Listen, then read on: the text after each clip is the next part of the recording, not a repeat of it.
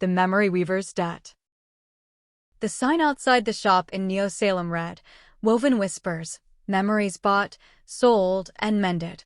Inside, Elias sat behind a counter made of reclaimed driftwood, his fingers dancing over a loom that spun literal threads of light.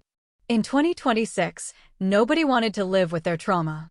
They came to Elias to have the jagged shards of a breakup or the sting of a failure pulled from their minds, spun into glowing silk and tucked into glass jars.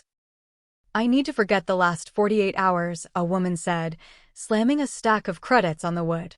She was shivering, her eyes darting to the rain-slicked window. Elias looked at her. She wasn't the usual heartbroken teenager. She wore the sharp, charcoal suit of a senator's aide. 48 hours is a lot of thread, Clara, he said softly.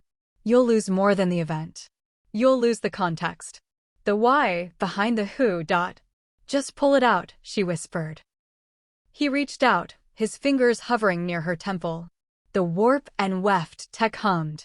As the golden thread began to emerge, Elias caught a glimpse, a flash of a restricted file, a digital handshake, and a face he recognized from the morning news. It wasn't just a memory, it was a conspiracy. Elias paused. If he finished the weave, the evidence would be gone, preserved only in a jar he was legally bound to destroy. If he stopped, she'd stay terrified.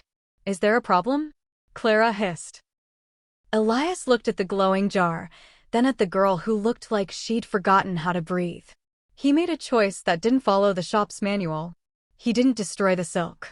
Instead, he wove it into a small, inconspicuous friendship bracelet and handed it back to her.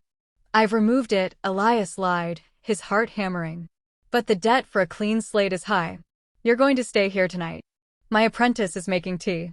From the back room, a young boy with a prosthetic arm, a found member of Elias's makeshift family, poked his head out. It's chamomile. Best for the nerves. Clara slumped into a chair, her eyes glazing over as the forgetting took hold.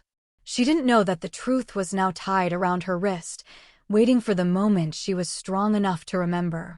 In a world where everyone wanted to forget, Elias was starting to realize that some threads were meant to be pulled until the whole tapestry unraveled.